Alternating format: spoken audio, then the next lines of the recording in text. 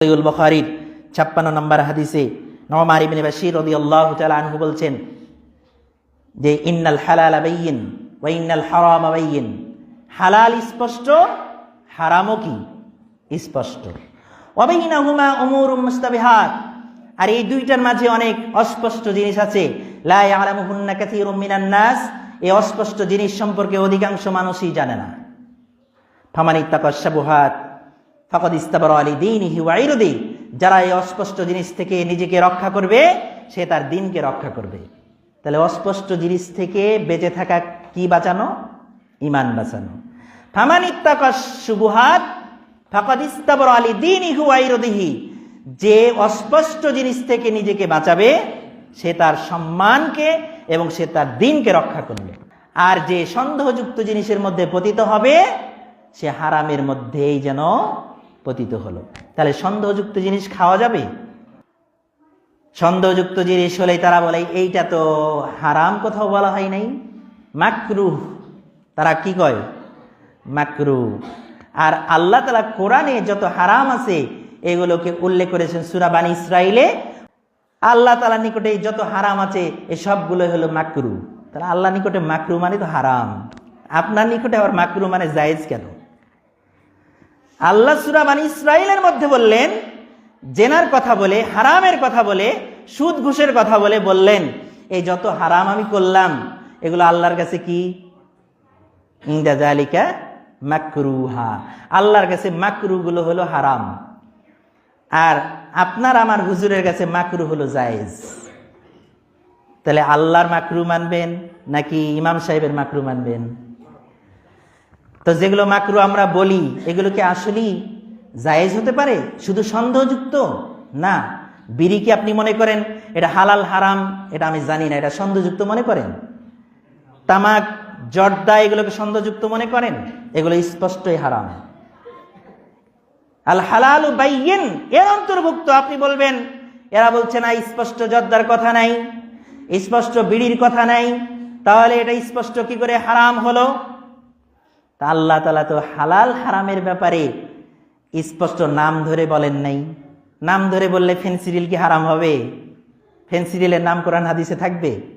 এখন যে আধুনিক অনেক মদ আছে এইগুলো নাম কি কোরআন হাদিসে থাকবে? তা আল্লাহ তাআলা ওটার নীতিমালা বলে দিয়েছেন, এর মধ্যে যেগুলো পড়বে এইগুলো হারাম। সূরা গাশিয়া আমরা প্রত্যেক শুক্রবারে প্রায় পড়ি না? সূরা গাশিয়ায় জাহান্নামীদের খাবারের কথা বলা হয়েছে। হ্যাঁ, তুসকা মিন আইনিন আনিয়া লাইসা লাহুম তুআমুন ইল্লা মিন দরি'। দরি' নামক খাদ্যের কথা বলেছেন, জাহান্নামীদের খাবার। তো জাহান্নামীদের খাবারগুলো মনে হয় দুনিয়াবাসীদের জন্য হালাল না? জাহান্নামীদের খাবারগুলো দুনিয়াবাসীদের জন্য হালাল না? না, হারাম না, তাহলে জায়েজ মনে হয়। আল্লাহ বলছেন দরে হলো জাহান্নামীদের খাবার। কাদের খাবার? আর জাহান্নামীদের খাবারের বৈশিষ্ট্যটা কি? আল্লাহ বৈশিষ্ট্য বলে দিলেন, এই বৈশিষ্ট্য যেই খাবারের উপরে প্রযোজ্য হবে ওটাই খাওয়া হারাম। ওটাই খাওয়া কি? তাহলে জর্দা বলা লাগবে, বিড়ি বলা লাগবে, ফেনসিডিল বলা লাগবে, তামাক বলা লাগবে না?